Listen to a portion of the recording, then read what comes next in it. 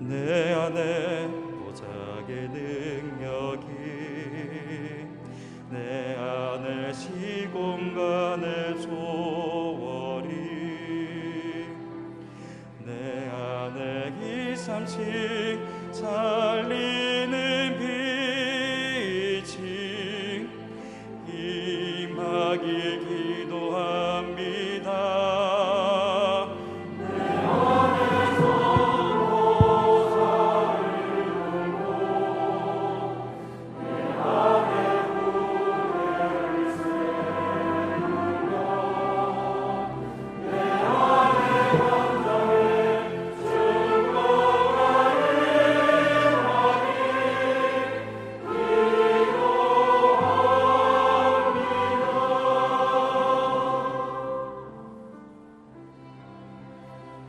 내 안에 하나님 말씀이, 내 안에 그리스도의 능력이,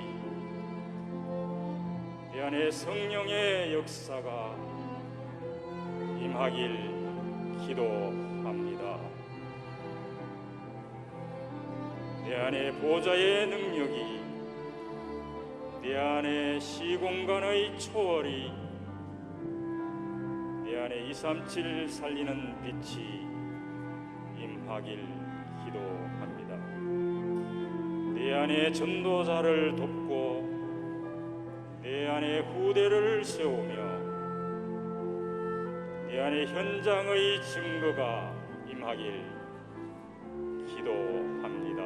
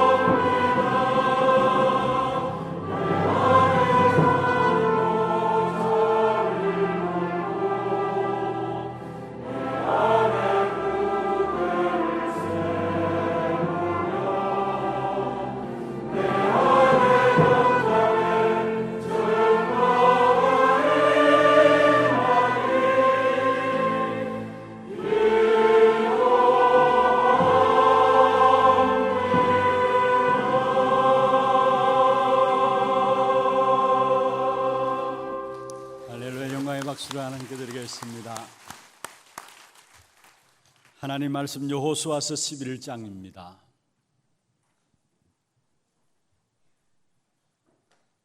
여호수아서 11장 16절 말씀부터 23절까지 교독을 하도록 하겠습니다.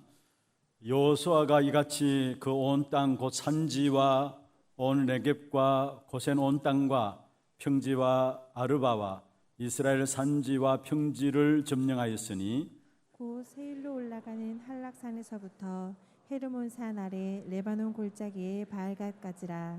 그들의 왕들을 모두 잡아 쳐 죽였으며 여호수아가 그 모든 왕들과 싸운 지가 오랜 동안이라 기브온 주민 히위 족속 외에는 이스라엘 자손과 화친한 성읍이 하나도 없고 이스라엘 자손이 싸워서 다 점령하였으니 그들의 마음이 완악하여 이스라엘을 대적하여 싸우러 온 것은 여호와께서 그러하게 하신 것이라.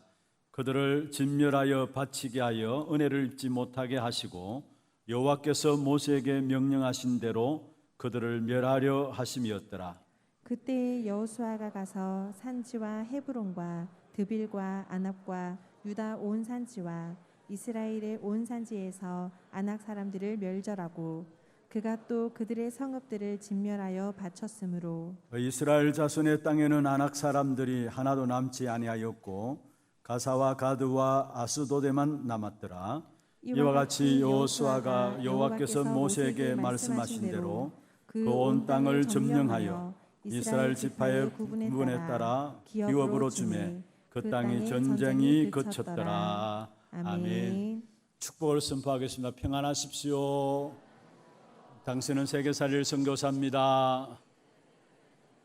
장자의 축복으로 237 시대 만명 성도를 회복하십시다.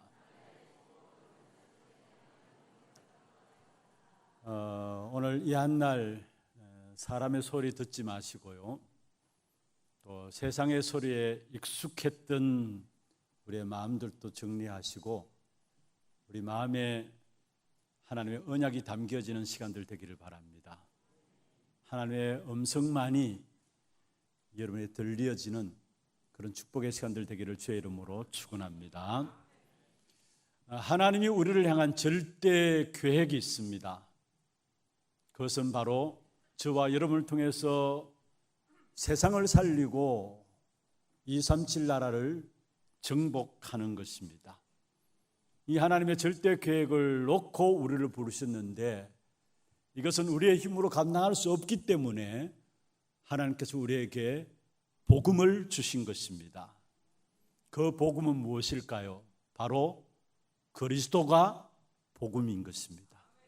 그래서 하나님은 그 그리스도 안에 성삼위 하나님의 비밀을 담아주셨고 그 그리스도 안에 보좌의 문을 여는 축복을 담아주셨고 그 그리스도 안에 과거와 오늘과 미래 시대를 살리는 완전한 답을 그리스도 그 안에 담아주신 것입니다. 그래서 그리스도 그 복음만 붙잡으면은 저와 여러분 모든 걸음 속에서 사실은 보좌의 축복이 임하며 흑암의 역사들이 꺾여지고 우리의 모든 현장들이 하나하나 점령하게 되어 있는 것입니다. 그리스도는 성경에 보면은 히브리서 13장 8절에 말씀하고 있죠. 어제나 오늘이나 영원히 동일하시다 말씀했습니다. 지난 과거의 답도 그리스도고 오늘 우리 인생의 답도 그리스도고 영원까지 이 땅에서의 답은 그리스도밖에 없습니다. 그 그리스도 복음을 우리에게 주신 겁니다. 그리고 이 그리스도는 갈라디아 1장 7절 8절에 보면 다른 복음은 없나니 만약에 다른 복음을 말하면 저주를 받을지어다 말씀하고 있습니다. 오직 유일한 복음이 그리스도인 것입니다. 이 그리스도 외에 다른 복음을 말한다면 갈라디아 1장 보면은 하늘에서 온 천사들이라 할지라도 저주를 받는다 말씀했습니다. 그래서 유일한 복음인 그리스도 그것을 붙잡으면은 하나님의 절대적인 계획인 세상을 살리고 237 나라를 정복하는 귀중한 축복을 누리게 되는 것입니다. 그런데 우리가 이 유일한 복음인 그리스도 이 사실을 놓치는 것이 무엇 때문에 놓칠까요? 어떻게 하면 이 유일한 복음인 그리스도만을 붙잡을 수 있을까요? 그에 대한 비밀은 여러분 과거를 정복하고 오늘을 정복하고 미래를 정복하는 비밀을 누리면은 우리에게 유일한 복음인 그 그리스도를 제대로 누리게 되어지는 겁니다. 많은 경우 우리가 그리스도 복음을 알고 있음에도 불구하고 누리지 못하는 이유는 우리의 과거에 매여 있어서 그래요. 주님은 분명히 이사야 43장 18절에 이전 일을 기억하지 말고 옛적 일을 생각하지 말라라고 했는데, 왜냐? 19절에 보면 새 일을 이루실 하나님이시기 때문에 이전 일을 기억하지 말고 옛적 일을 생각하지 말라고 했는데, 우리는 여전히 이전 일, 옛적 일에 기억하고 거기에 매여 있어요. 그래서 복음의 역사들을 온전히 누리지 못하는 부분들을 보게 됩니다. 여러분, 과거는 그리스도로 말하면 완전 끝났습니다. 특별히 과거의 많은 상처들 우리 안에 담고 있거든요. 그 상처들 때문에 우리도 모르게 결정적인 순간에 복음 이야기하면서도 결정적인 순간에 우리가 그 복음을 놓쳐버리고 과거에 빠져들어서 어려움을 당하는 것을 보게 됩니다. 우리가 과거를 잊을 수는 없습니다. 어떻게 잊겠습니까? 그러나 분명히 하나님께서 말씀했습니다. 정말로 복음을 온전히 누리기 위해서는 과거를 발판 삼아야 되는 거예요. 잊어버릴 수 없는 그 과거에 매여 있으면 안 되는 것입니다. 과거를 발판 삼아야 돼요. 그래서 온전한 복음의 역사를 누리기 위해서는 과거를 정복해야 되고, 또 온전한 복음의 역사들을 누리기 위해서는 오늘을 정복해야 합니다. 오늘을 정복한다는 말이 무슨 말입니까? 보좌에 계신 주님께서 지금 나와 함께 하십니다. 그게 오늘을 정복하는 비밀이에요. 보좌에 계신 주님께서 지금 또 나와 함께 하십니다.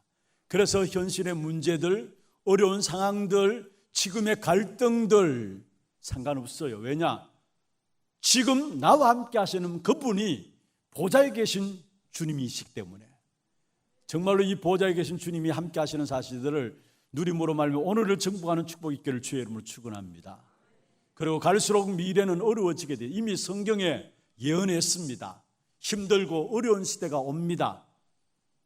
그런데 분명히 성경에 말씀하시기를 마태복음 24장 1절부터 13절에 많은 재앙과 재난들이 일어날 것을 말씀하시면서 그것이 끝이 아니다 했어요. 그러면서 14절에 보면 이 천국 복음이 모든 민족에게 증언되기 위하여 온 세상에 전파되리니 그제야 끝이 오리라 했어.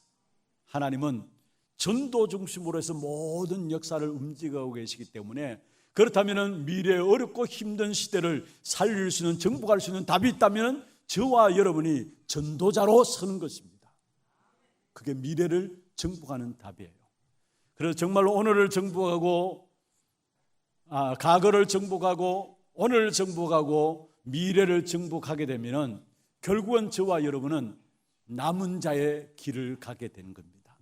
남은 자는 한마디로 말하면 그리스도로 완전히 담난 사람을 가지고 남은 자라고 합니다. 그리스도로 완전 끝난 사람을 가지고 남은 자라고 합니다. 그리고 그리스도 그 이름으로 우리에게는 어떤 어려움과 환난과 문제들이 있다 할지라도 힘있게 살아갈 수 있는 하나님의 배경이 우리에게 있어요. 그리스도 이름으로 하나님의 배경이 우리의 배경이에요. 그러니까 어떤 어려움이 있다 할지라도 힘있게 살아갈 수 있는 거죠. 그것을 가지고 순례자의 길이라 이야기합니다. 그리고 그리스도께서 우리에게 완전한 능력을 약속하셨는데, 그리스도께서 우리에게 마지막 약속하신 능력이 무엇입니까? 그것이 바로 성령의 충만함입니다. 그래서 사도행전 1장 4절 5절에 보면 예루살렘을 떠나지 말고 아버지의 약속하신 것을 기다리라. 너희가 몇 날이 못 되어서 성령으로 세례를 받으리라. 사도행전 1장 8절에 오직 성령이 너희에게 임하시면 너희가 권능 받고 땅 끝까지 이르러 내 증인이 되리라. 무슨 말입니까? 하나님이 그리스도 이름으로 우리에게 주신 마지막 약속인 성령의 충만함을 잊게 될 때에 정복자의 길을 가게 된다는 사실. 오늘 이 한날도 정말로 그리스도 그 언약 붙잡음으로 여러분 모든 과거가 발판되어지시고, 그리스도 그 언약 속에서 주어지는 보좌에 계신 주님이 지금 나와 함께 하시는 사실을 누림으로 말미암아 오늘을 정복하고 미래에 염려할 필요가 없습니다. 하나님께서 우리에게 전도자로 살아갈 수 있도록 귀한 축복된 생애로 우리를 인도하셨는데, 그 전도자로 세워짐으로 말미암아 우리의 모든 여정이 남은 자의 여정으로, 순례자의 여정으로, 정복자의 여정으로, 나중에 여러분 인생을 놓고 지나온 생애를 계산할 때 모든 현장의 부분을 정복하는 그런 축복된 응답이 있기를 주의 이름으로 축원합니다. 특별히 오늘 본문에 보면은 그 축복을 누렸던 이스라엘 백성들입니다. 지금 우리가 여호수아서를 계속 살펴보고 있죠. 여호수아를 중심한 이스라엘 백성들이 결국은 남부 지역을 점령하게 되고 중부 지역을 점령하게 되고, 오늘 본문은 마지막 이제 북부 지역을 점령하는 내용입니다. 차근차근하게 하나하나씩 정복해 나가는 이스라엘 백성들의 모습을 우리에게 보여주고 있습니다. 그렇습니다. 하나님이 우리에게 주신 보좌의 축복을 누리게 되면은 우리의 모든 현장에서 흑암이 꺾여지고 하나하나 정복되는 하나님의 나라의 축복을 우리는 회복하게 되는 것입니다. 지금도 이 시간에 이 자리에 예배드리는 우리 모두에게 눈에 보이지 않지만은 분명한 것은 보좌에 계신 주님께서 역사하고 계세요. 그 보좌의 주님이 역사하심으로 말미암아 우리와 우리의 관계된 모든 현장에 아마 모르는 분들이 많이 있을 겁니다. 그러나 분명한 것은 흑암이 꺾여져요. 그리고 하나님의 나라가 확산되어지는 귀한 축복된 응답이 지금 이 시간에도 일어나게 돼 있어요. 오늘 이스라엘 백성들이 결국은 가나안 북부 지역을 다 차지함으로 말미암아 오늘 성경은 이렇게 말씀하고 있습니다. 그 온 땅을 점령하였다. 23절 마지막에 나오죠. 그 온 땅을 점령하였다. 그러면서 마지막 이스라엘 지파의 구분에 따라 기업으로 주었다 말하면서 그 땅에 전쟁이 없었더라. 여러분, 전쟁이 없었다는 말이 무슨 말입니까? 지금식으로 말할까요? 전쟁은 저주와 재앙의 역사입니다. 그 땅에 재앙의 역사들을 해결되어지는 이 엄청난 축복의 역사가 일어났다라는 사실입니다. 여러분, 정말로 이번 한 주간에 중요한 언약을 붙잡고 나감으로 말미암아 여러분이 속한 모든 현장들을 점령하고 여러분 때문에 여러분 속한 모든 현장에 저주와 재앙이 거쳐지는 그런 축복된 응답이 있기를 주의 이름으로 축원합니다. 그러면 이 축복의 비밀을 누리기 위해서는 어떻게 해야 하느냐? 두 가지로 말씀드리겠습니다. 그 온 땅을 점령하고 내가 있는 현장의 저주와 재앙의 문제를 해결하기 위해서는 먼저 첫 번째입니다. 이스라엘 백성들이 승리했던 비밀입니다. 그게 뭐냐면은 하나님이 명하신 대로 행하였다 했어. 하나님이 명하신 대로 행하였다 했어. 오늘 9절에 읽진 않았습니다만 9절에 한번 보십시다. 여호수아가 여호와께서 자기에게 명령하신 대로 행하여, 자기에게 명령하신 대로 행하였다. 15절에 한번 보세요. 여호와께서 모세에게 명령하신 것을 모세는 또 여호수아에게 명령하였고 여호수아는 그대로 행하여 여호와께서 모세에게 명하신 모든 것을 하나도 행하지 아니한 것이 없었더라. 하나님께서 모세에게 말씀하셨는데 그 사실을 모세는 또한 여호수아에게 말하였고 그로 말미암아 모세에게 말한 그 모든 말씀이 그대로 성취되었다라는 사실을 말씀하고 있죠. 여기에 이스라엘 백성들의 승리가 있어. 아니, 여기에 오늘 우리의 승리가 있어. 우리 신앙생활의 승리는 어디 있느냐? 하나님의 말씀하신 명하신 대로 행하는 것. 다시 말하면은 하나님의 언약의 말씀 위에 내가 세워지는 것. 그게 온 땅을 점령하는 것이고 온 땅에 우리의 속한 현장에 저주와 재앙의 문제를 해결하는 답입니다. 23절에도 말씀하고 있죠. 이와 같이 여호수아가 여호와께서 모세에게 말씀하신 대로 여호수아가 여호와께서 모세에게 말씀하신 대로 말씀하고 있습니다. 여러분, 신앙생활이 무엇이냐? 언약대로 하나님이 하시는 일을 보는 것이 신앙생활이에요. 여러분, 그냥 열심히 교회 다니는 게 아니고요, 또 열심히 기도하는 것이 아니고요, 하나님은 하나님 주신 언약대로 일을 행해 나가시는구나, 이 사실을 보는 것이 바로 신앙생활인 것입니다. 특별히 우리의 구원의 시작도 우리의 힘으로 된 것이 아닙니다. 오늘 장로님 기도하는 가운데 있었습니다만 우리는 무능해요. 전적으로 할 수 없어요. 구원의 역사에 있어서 전적으로 하나님의 은혜고요, 하나님의 축복이죠. 우리의 공로나 우리의 행위를 보태서 될 구원의 역사가 아니에요. 우리가 무언가를 보태서 구원받는 것이 아니다라는 사실을. 왜 그렇습니까? 우리는 하나님을 떠남으로 말미암아 우리의 인간의 실존은 에베소 2장 1절에 있는 말씀처럼 죄와 허물로 죽었다 했어. 전적 무능함 속에 빠졌어.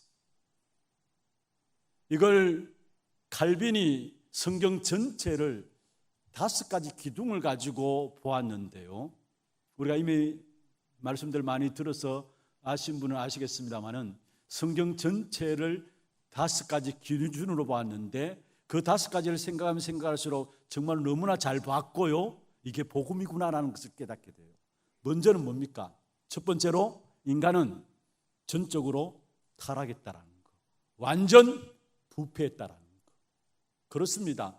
죄와 허물로 죽은 우리 인간은 하나님을 만날 수가 없어요. 완전히 타락해버렸어요. 그래서 우리 인간에게는 조건이 없기 때문에 하나님께서 일방적으로 우리를 구원하셨는데 조건 없이 우리를 구원하신 거예요. 그걸 가지고 무조건적인 선택을 하죠.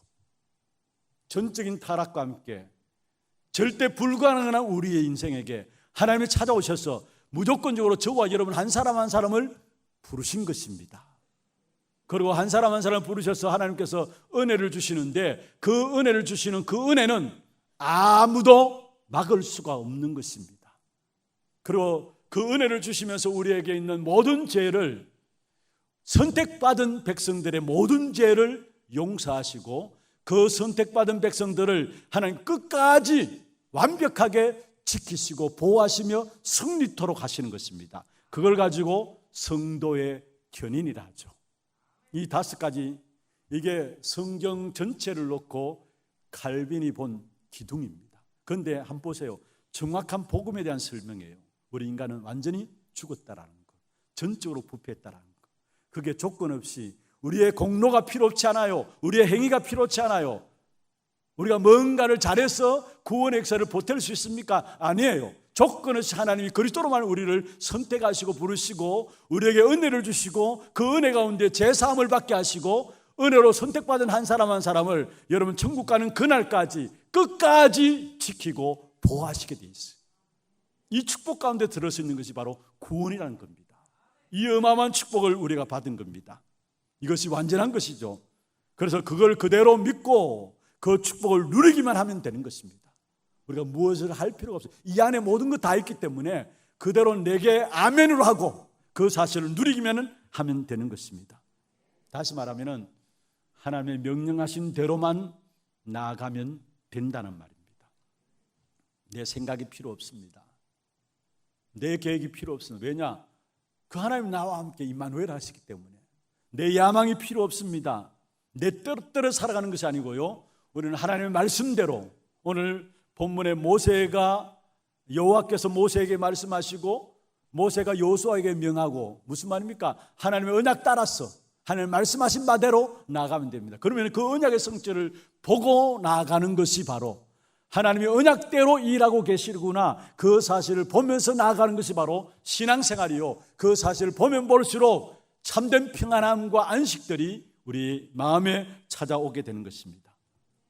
다시 정리를 하시길 바랍니다. 하나님이 우리에게 은혜를 주시는, 응답을 주시는 기준은 우리의 인격이 아닙니다. 우리의 윤리가 아닙니다. 물론 인격이 좋으면 좋습니다. 훌륭하면 좋습니다.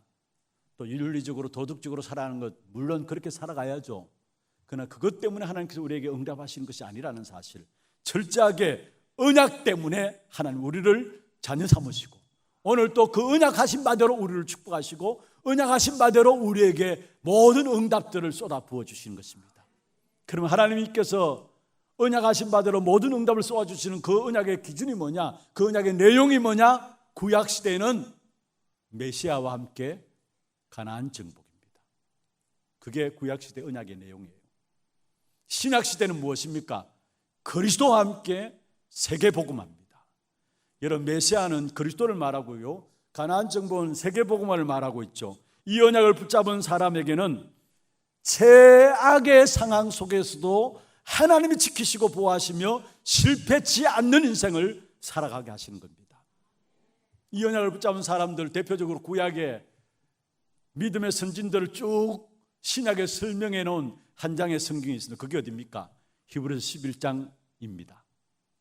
여러분, 히브리서 11장에 보면은 구약의 믿음의 선진들이 많은 어려움과 핍박과 문제들이 많았습니다만, 그러나 그런 가운데서도 이들은 승리했는데, 승리한 그 사람들을 한 단어로 말하면은 히브리서 11장 38절에 이런 사람은 세상이 감당치 못하였느니라 말씀했어요. 하나님의 언약의 백성들, 최악의 어떤 상황 속에, 세상의 문제 속에 빠졌다 할지라도 세상을 이기는 사람들이라는 사실을 말씀하고 있습니다. 여기에 세상이 감당치 못할 사람이로다, 무슨 말입니까? 세상을 이기는 사람이란 말이에요. 어떤 문제도 문제 안 돼요. 언약하신 말씀만 붙잡고 있으면 돼요. 언약의 말씀을 하나님께 이루시기 때문에 그 언약의 말씀을 붙잡고 나가면은, 여러분, 정말로 우리가 언약의 말씀을 붙잡고 나가면은 우리 앞에 많은 문제를 통해서 어떻게 깨달아지느냐? 아, 당연한 것이구나. 문제를 문제로 보여지고 어려움을 어려움으로 보여진다는 말은 언약으로 보지 못한 것이고요, 그 배후의 영적인 어마어마한 비밀들을 모르고 있다는 말입니다. 그러나 정말로 언약 앞에 서서 정말로 영적 비밀을 알면 알수록 우리에게 문제와 사건을 통해서 일어난 일들은 아, 당연한 것이구나. 제대로 언약 가지고 보면 볼 것이 보여지기 때문에 다른 사람들이 알 수 없는 참된 평안함이 그 한 사람 한 사람 속에 임하게 되어 있는 것입니다.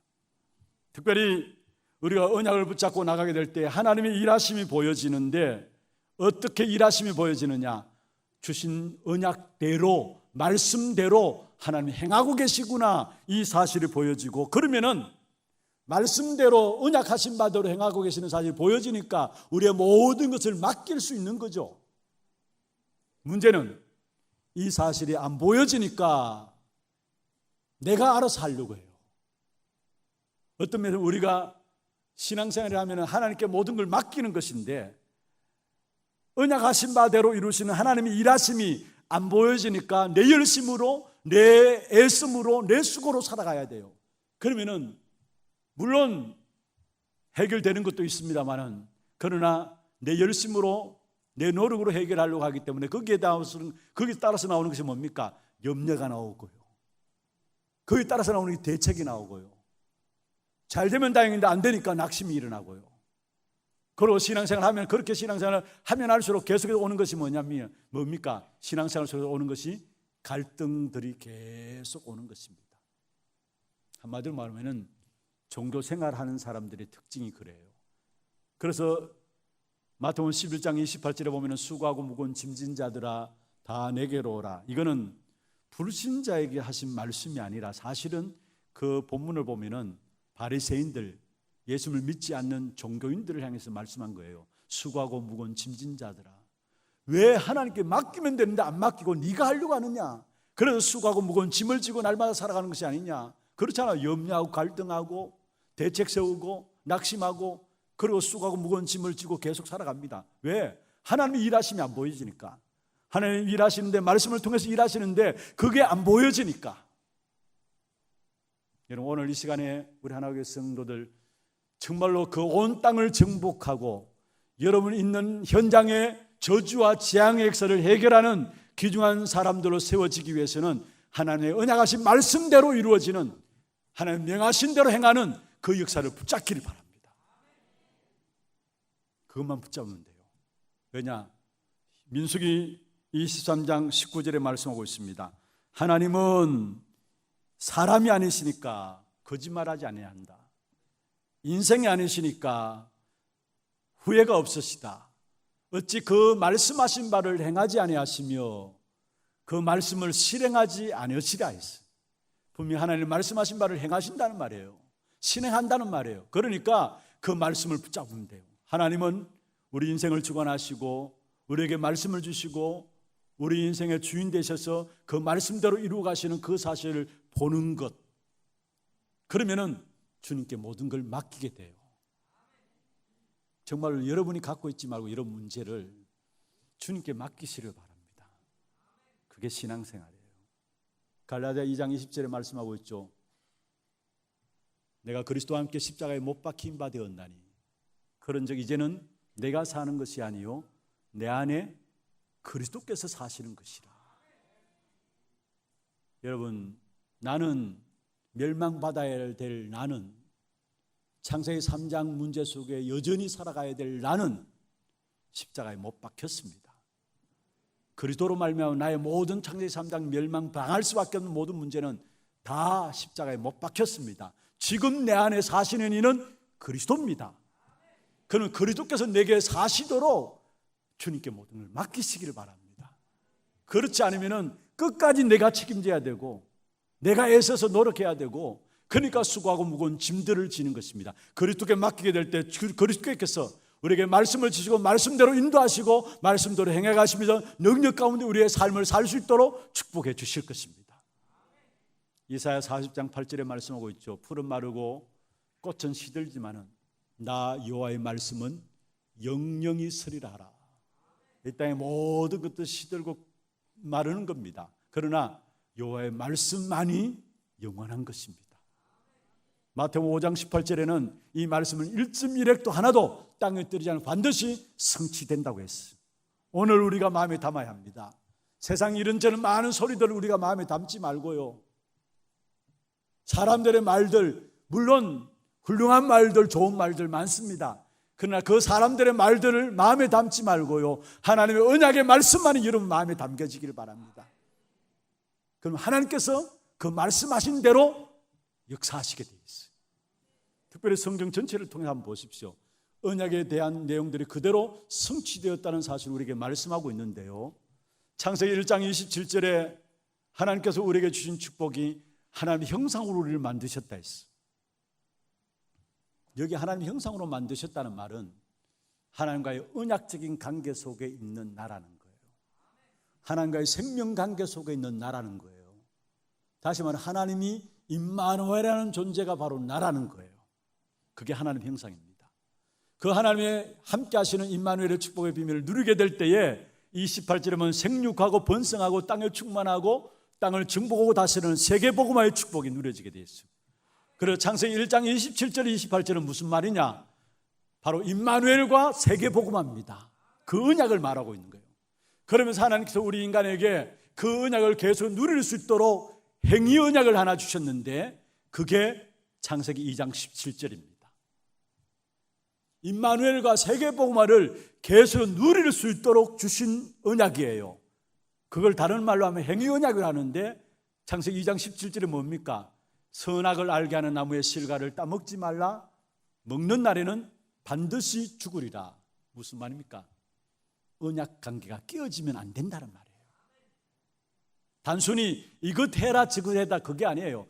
너는 언약 안에 있어야 될 존재라는 것, 하나님과의 언약 관계가 끊어지면 안 된다라는 것, 언약 아래에서만 살 수 있다라는 것, 언약을 떠나서는 반드시 죽는다라는 것, 그게 창세기 2장 17절이에요.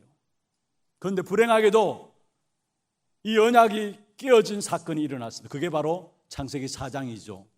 아담 하와의 범죄로 말미암아 하나님과의 언약 관계가 깨어진 것입니다. 그래서 생명과 축복의 근원 되시는 하나님부터 결국은 인간이 단절되어 버린 겁니다. 인간이 하나님 안에 있어야 되는데 하나님과 멀어지고 하나님의 축복으로서 멀어지니까 당연히 찾아오는 것이 무엇입니까? 인간은 행복이 없습니다. 돈을 가지도 행복이 없고요, 뭔가 성공해도 행복이 없고요, 명예를 가지도 행복이 없고요, 배워도 행복이 없습니다. 왜냐? 하나님과의 언약 관계가 단절되었기 때문에. 마치 창조의 원리를 우리가 아는 것처럼 물고기는 물속에 있어야 사는 겁니다. 나무는 땅에 뿌리를 내리고 있어야 사는 겁니다. 우리 인간은 하나님의 형상 따라 언약 관계 속에 있었기 때문에 하나님 안에 있어야 행복한 겁니다. 그러니까 하나님을 떠나 있고 하나님과 멀어져 있고 하나님의 축복으로 멀어져 있으니까 당연히 찾아오는 건 저주와 재앙과 고통이 찾아오는 것이죠. 그런데 이 깨어진 언약 관계를 회복하기 위해서 하나님께서 우리에게 그리스도를 보내주신 겁니다. 이 그리스도의 십자가 사건을 말미암아 깨어졌던 언약 관계를 하나님께서 회복시켰어요. 히브리서 10장 19절에 말씀하고 있습니다. 우리가 예수의 피를 힘입어 성소에 들어갈 담력을 얻었나니 그 길은 우리를 위하여 휘장 가운데 열어놓으신 새로운 살 길이다 했어. 예수 그리스도께서 우리를 위해 십자가에 죽으심으로 십자가 사건으로 말미암아 하나님께로 나아갈 수 있는 새로운 살 길을 열어놓으신 것입니다. 그리고 히브리서 10장 12절에 오직 그리스도는 죄를 위하여 한 영원한 제사를 드리고 하나님 우편에 앉으셨다 말씀했어요. 그러면서 뭐라 했습니까? 자기 원수들을 자기 발등상 되게 하시기까지 기다리신다 했어요. 하나님 우편에 앉으셨다. 왕권을 가지고 있단 말이에요. 그 왕권을 가지고 자기의 원수들 사단을 발등상 되기까지 기다리신다 말씀했습니다. 그리고 히브리서 9장 12절에 보면은 염소와 송아지의 피로 하지 아니하고 오직 자기 피로 영원한 속죄를 이루사. 왜 자기 피로 영원한 속죄를 이루느냐? 히브리서 9장 22절에 보면은 피 흘림이 없이는 제사함이 없기 때문에 자기의 피로 영원한 속죄를 이루사 단번에 성소에 들어가셨느니라 말씀했습니다.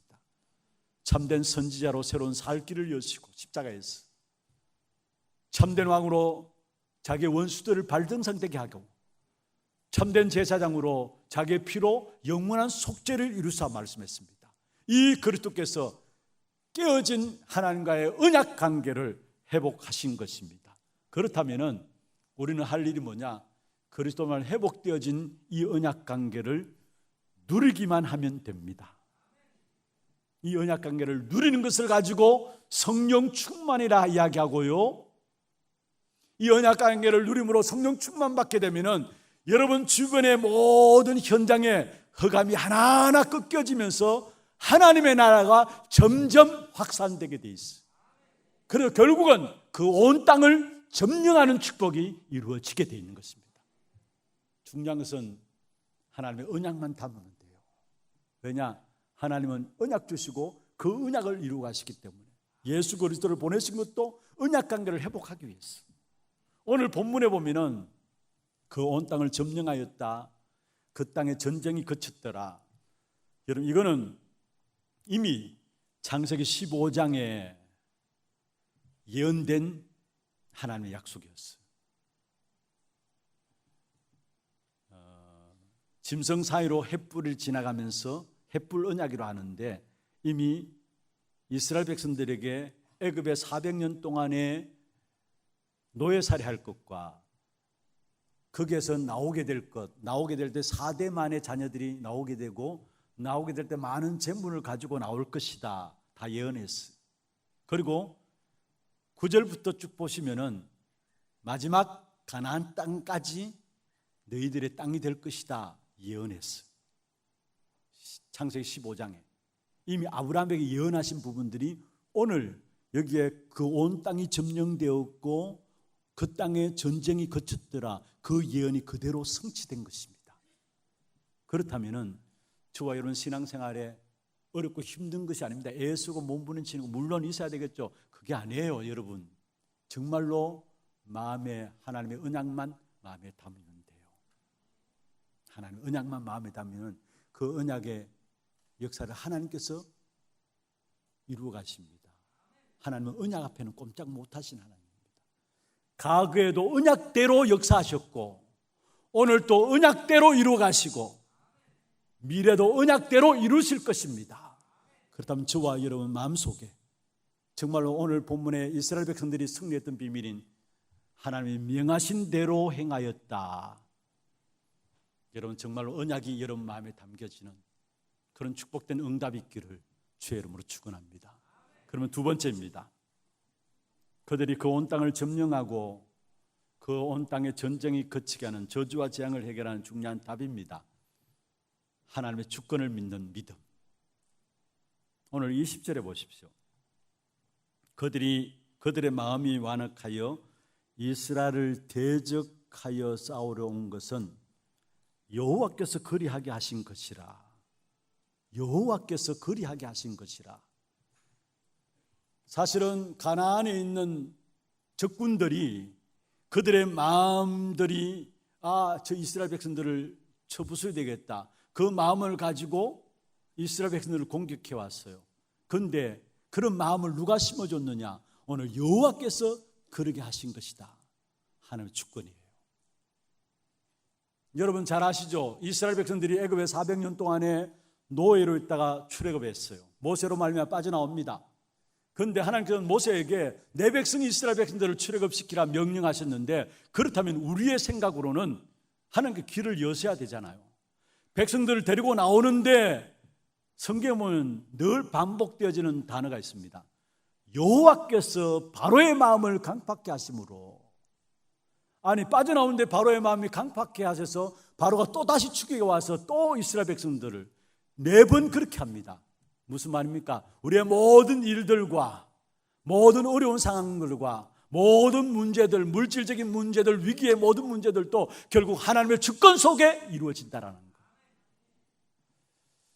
우리 신앙생활의 가장 중요한 발판이 뭔 줄 아십니까? 하나님이 계시다라는 그 자체가 발판이에요. 10가지 신앙생활의 발판 우리가 늘 메시지를 들었잖아요. 그 첫 번째 발판이 뭐냐? 하나님 절대적인 주권입니다. 어떤 면에서 여러분 하나님 절대적인 주권 이 사실을 우리가 안 믿는다면은, 다시 말해 하나님이 계시다는 사실을 안 믿는다면은 가장 먼저는 내가 무너져요. 나의 존재 이유가 없어지는 거예요. 그래서 우리 신앙생활이 될 수 있기 위해서는 먼저 가장 중요한 하나님 절대적인 주권이 믿어져야 우리 신앙생활이 그때부터 되어지는 겁니다. 어떤 분이 이렇게 글을 써놓은 글을 잠시 읽어봤는데 제가 보면서 어느 정도 일리가 있다 생각했어요. 그게 뭐냐 하면은, 여러분 로마서가 1장부터 16장까지 있잖아요. 크게 구분한다면 1장부터 11장까지가 교리에 대한 부분이고 12장부터 16장까지가 신앙생활하는 사람들의 삶에 대한 부분을 이야기하고 있어요.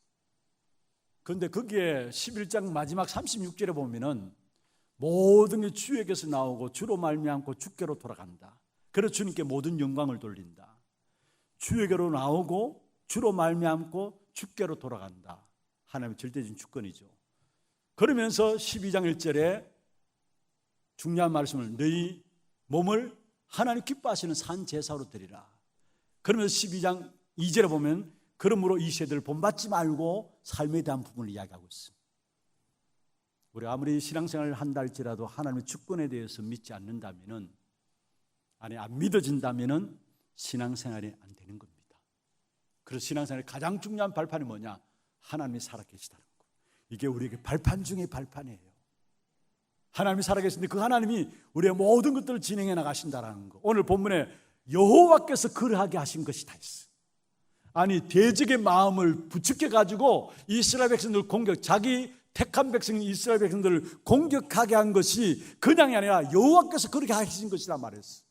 하나님의 주권 속에 이루어지는 것입니다. 그렇습니다.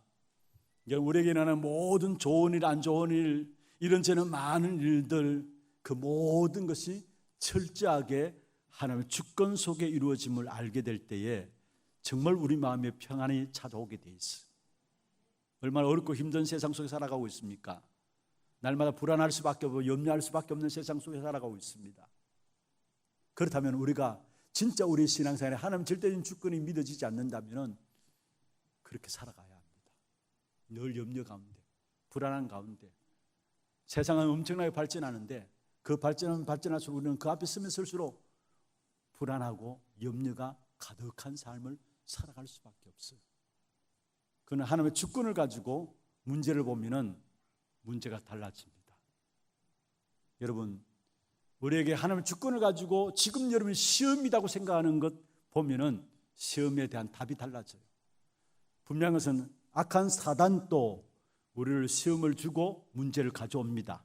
그런데 그 사단이 주는 시험과 문제는 우리를 망하게 하는 겁니다. 쏘개가지고 망하게 하는 겁니다. 원래 사단의 특징이 요한복음 8장 44절에 거짓말장이고 거짓의 아비라 했잖아요. 속임수를 통해서 인간을 망하게 하는데 그게 시험을 통해서 문제를 통해서 망하게 합니다. 요한복음 10장 10절에도 보면은 도둑이 오는 것은 도둑질하고 죽이고 멸망시키기 위함입니다. 사단이 그렇잖아요. 도둑놈으로서 우리를 도둑질하고 우리를 죽이고 멸망시키는 시험을 통해서 문제를 통해서. 그러나 하나님의 주권을 믿는 사람에게는 시험과 문제는 망하게 하는 것이 아니라 오히려 그것이 복이 된다는 사실을 알게 하기 위함입니다. 신명기 8장 여러분 잘 아시죠? 이스라엘 백성들이 광야길을 걸어가는 동안에 만나를 내리신 사건을 이야기하고 있어요. 그러면서 중요한 것은 너를 낮추고 시험하사, 신명기 8장 16절에 말씀하고 있는데요. 광야길을 왜 허락하셨느냐? 너를 낮추고 시험하사, 너를 낮추고 시험하사. 악한 사단이 주는 시험도 있지만은 하나님 주는 시험도 있는데 그 하나님 주시는 시험은 뭐냐? 답입니다. 마침내 복을 주려 하심이라. 할렐루야. 그 어떤 문제와 시험도 하나님의 주권을 믿는 믿음 안에 있는 사람들은 망하지 않습니다. 마침내 복을 주려 하심이라 말씀하고 있습니다. 하나님의 공의는 두 가지입니다. 하나님의 택한 백성들을 마지막에 반드시 건져내는 것과 또 한 가지는 악한 사단은, 인간을 멸망시키는 악한 사단은 반드시 심판한다는 그게 하나님의 공의입니다. 구원받은 하나님의 백성들은 문제와 상황 속에서도, 최악의 상황, 그 어떤 말로 못할 수 있는 문제 속에서도 하나님의 택한 백성들을 건져내시게 돼 있어요. 그리고 건져내지 않은 택한 백성들을 끝까지 책임지시게 돼 있어요.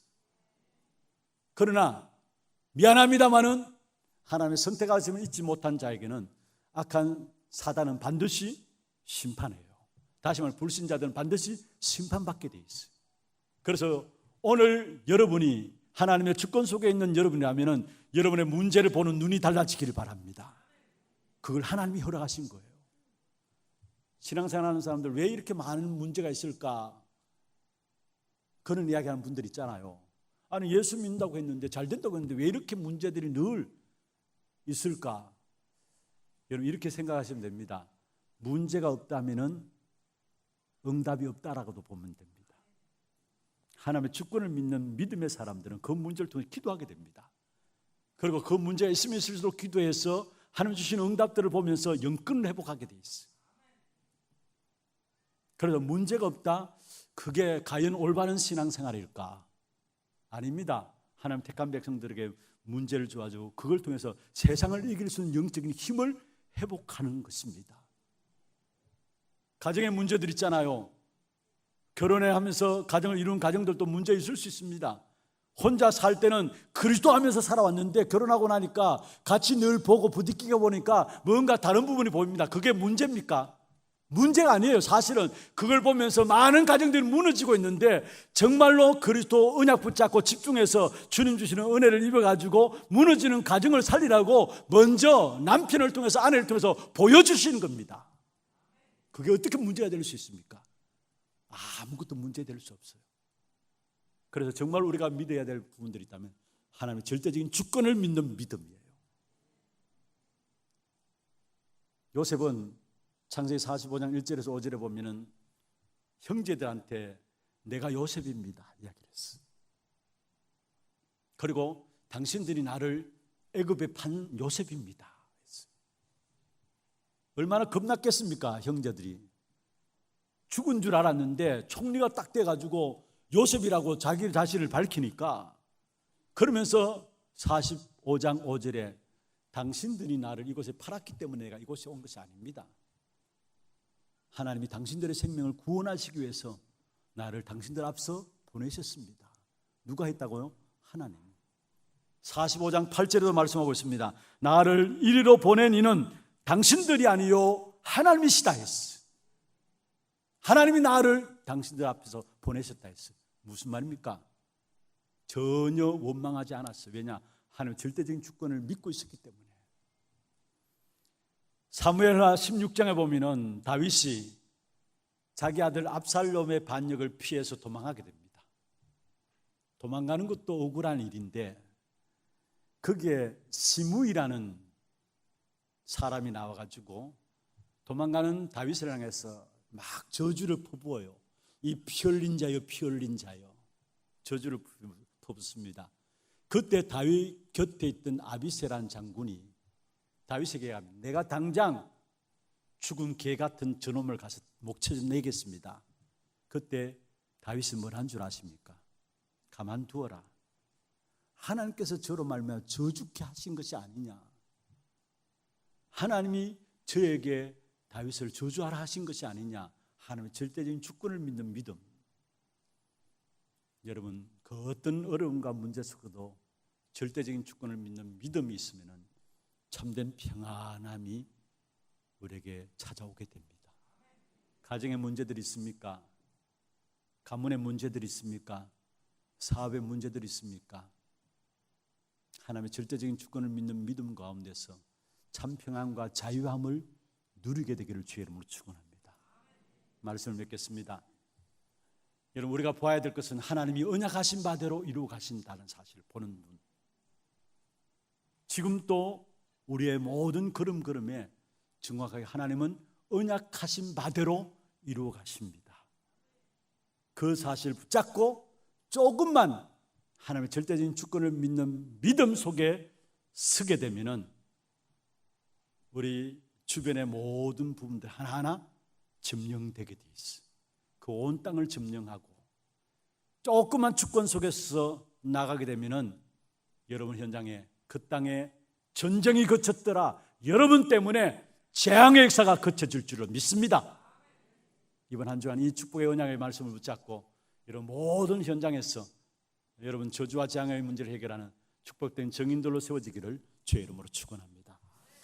지금은 우리 인생의 모든 문제를 해결하신 예수 그리스도의 은혜와 하나님 아버지의 말로 닿을 수 없는 사랑하심과 성령님의 내주인도 역사 충만하심이 하나님의 언약하신 말씀이 이루어짐을 보며 하나님의 절대적인 주권 가운데 서서 우리에 있는 모든 현장을 차지하기를 원하는 참된 주의 종들 머리 위에와 이들의 가정과 산업과 자녀손들 위에 모든 선교지와 지교회와 온라인 예배드리는 모든 현장과 몸된 교회 위에 지금부터 영원토록 항상 함께 있을지어다.